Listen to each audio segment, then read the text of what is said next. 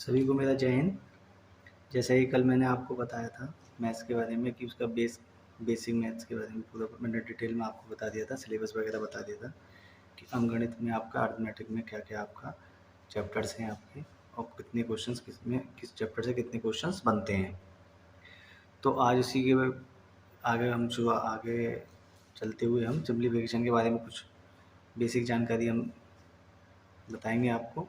जैसे कि इसमें लिखा हुआ है board maths, square and roots, cube, tables, formula, basic concept. तो इसमें लिखा हुआ बोर्ड मास, तो बोर्ड मास के वही सवाल हैं आपके जैसे आपने बचपन में 4th 5th 6th क्लास में भागु जोग नाम से आपने सुना होगा।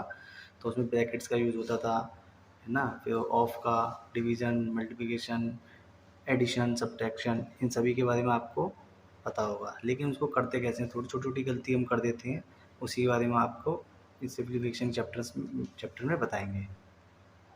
फिर आगे आता है स्क्वायर एंड रूट, क्यूब्स। मतलब ये जो आपको मैंने सामने बोर्ड पर आपको दिखाई दे रहा होगा, ये वो चीज़ें हैं जो आपको आनी ही चाहिए। अगर इसके बिना आप शुरुआत मैथ्स की नहीं कर सकते।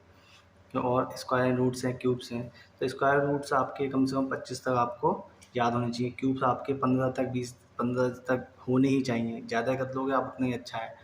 पहाड़े हैं, टेबल्स हैं, ये 20 तक आपको याद होने चाहिए। अब किसी को 25 तक 30 तक याद है तो बहुत अच्छी बात है, और भी अच्छी बात है। तो मतलब जितना ज़्यादा आप कर लोगे उतना अच्छा है। और ये तो मतलब बेसिक है बिल्कुल, आपका इससे कम में बात नहीं बनेगी। फिर आते हैं फॉर्मूलेज वगैरह आते हैं, ए प्लस बी का होल स्क्वायर, ए माइनस बी का होल स्क्वायर, ए स्क्वायर माइनस बी स्क्वायर, आगे ए क्यूब माइनस बी क्यूब, ए प्लस बी का होल क्यूब। ये सारे ही आपके फॉर्मूलेज होते हैं। धीरे धीरे करके जैसे जैसे आगे बढ़ते रहेंगे उन फार्मूले और फार्मूले का यूज़ हम आपको बताते रहेंगे। बेसिक कंसेप्ट आपका यही कि अगर कोई जैसे कोई इक्वेशन लिखी हुई है x + 6 = 7, तो ये प्लस का जो 6 है आपका x 7 - 6 हो जाएगा। मतलब कि प्लस की चीज़ जो है बराबर के इधर जाके माइनस हो जाती है, और माइनस की चीज़ है अगर तो बराबर के इधर जाके प्लस की हो जाती है। ऐसी कोई चीज़ अगर आपका मल्टीप्लाई में है, जैसे 2x = 3 लिखा हुआ है, तो ये मल्टीप्लाई में अगर आपके 2 लिखा हुआ है तो इधर x = 3/2, यानी मल्टीप्लाई की चीज़ उधर जाके बट्टी में या अपॉन में हो जाती है, डिवाइड में हो जाती है। यानी कि अगर मैं कहूँ कि कोई डिवाइड में कोई चीज़ है तो बराबर के उधर जाके वो किस में हो जाती है, मल्टीप्लाई में हो जाती है। मल्टीप्लाई की चीज़ होगी तो वो बराबर के इधर जाके डिवाइड में हो जाती है, उसके बट्टी में हो जाती है, अपॉन में हो जाती है। तो ये छोटी छोटी चीज़ें हैं, ये आपको पता होना चाहिए। अगर ये नहीं पता है तो आप अपने क्लियर कर लें जल्दी से जल्दी, जिससे कि हम अपना सिलेबस आपको करा सकें। ये आपका बेस है। जैसे आप बोर्ड मास के सवाल करते हैं तो बोर्ड मास में आपके ब्रैकेट्स होते हैं, लाइन ब्रैकेट होता है, स्मॉल ब्रैकेट, कर्ली ब्रैकेट, फिर ये बड़ा ब्रैकेट, बिग ब्रैकेट होता है आपका, ठीक है। तो ये आप या स्क्वायर ब्रैकेट भी इसे कह देते हैं। तो ये आपको पता होना चाहिए कि भाई किस तरह से सॉल्व करते हैं। फिर उसके अंदर फिर इसके बाद आता है ओ से कहते हैं ऑफ, हिंदी में इसको कहते हैं का। कि कहीं लिखा हुआ है कि 50 का 50% निकालिए, तो का मतलब वहाँ पे मल्टीप्लाइज हो जाता है, का मतलब वहाँ मल्टीप्लाइज हो जाता है। लेकिन अगर कहीं लिखा हुआ है ऑफ लिखा हुआ है आपका और मल्टीप्लाई लिखा हुआ है, तो पहले ऑफ को सॉल्व करते हैं, ना कि मल्टीप्लाई को। यही छोटी छोटी चीज़ें होती हैं जो हम लोग गलती करते हैं, तो इन्हीं चीज़ों का हमें ध्यान रखना है। फिर डी से आ जाता है डिवीज़न, आ जाता है आपका, एम से आपका मल्टीप्लाई आ जाता है, ए से एडिशन हो जाता है, ऐसे सब ए से एडिशन हो जाता है, एस से सब्ट्रैक्शन हो जाता है, आपका घटाना, ठीक है।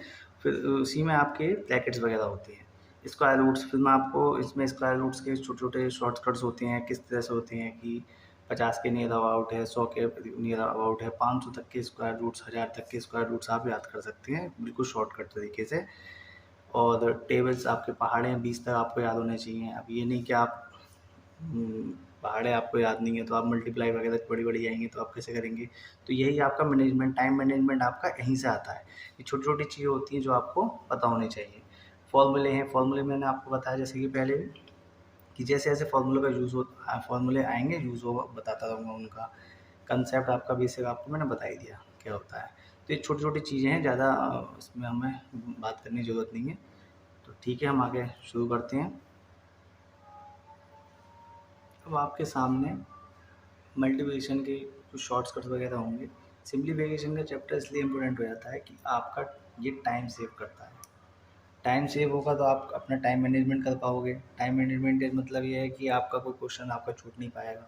जैसे अब कुछ बच्चे बताते हैं कि हमारा क्वेश्चंस छूट गए, तो वो आपका टाइम मैनेजमेंट ठीक से नहीं होता है, जिस वजह से आपका क्वेश्चंस छूट जाते हैं।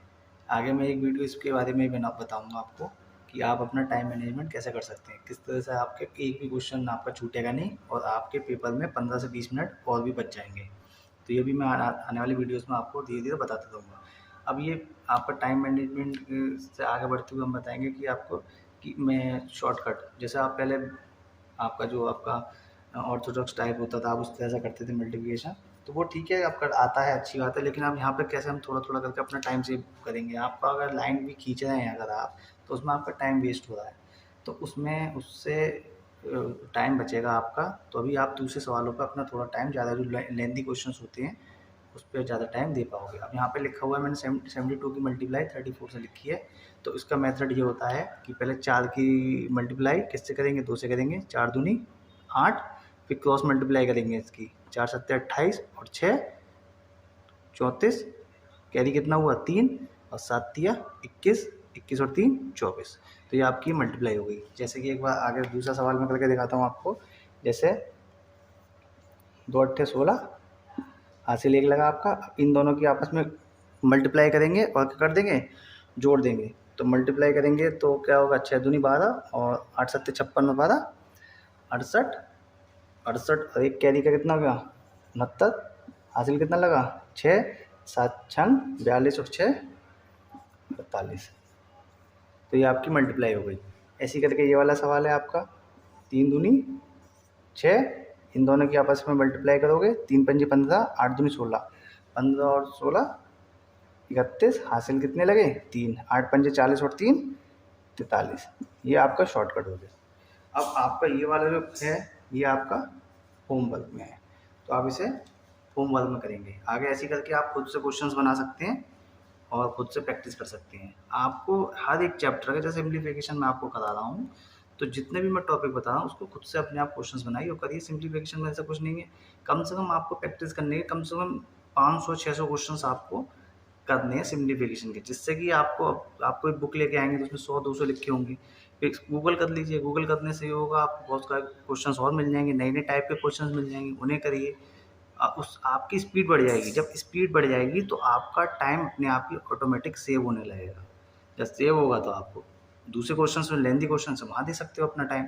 आगे इस बारे में मैं आपसे डिस्कस करूँगा, एक अलग वीडियो बना के इस पर सेपरेट वीडियो बनाऊँगा, जिससे आप अपना टाइम मैनेजमेंट कैसे करोगे, कैसे आपके क्वेश्चन छूटेंगे भी नहीं और 15 से 20 मिनट आपके बच भी जाएंगे।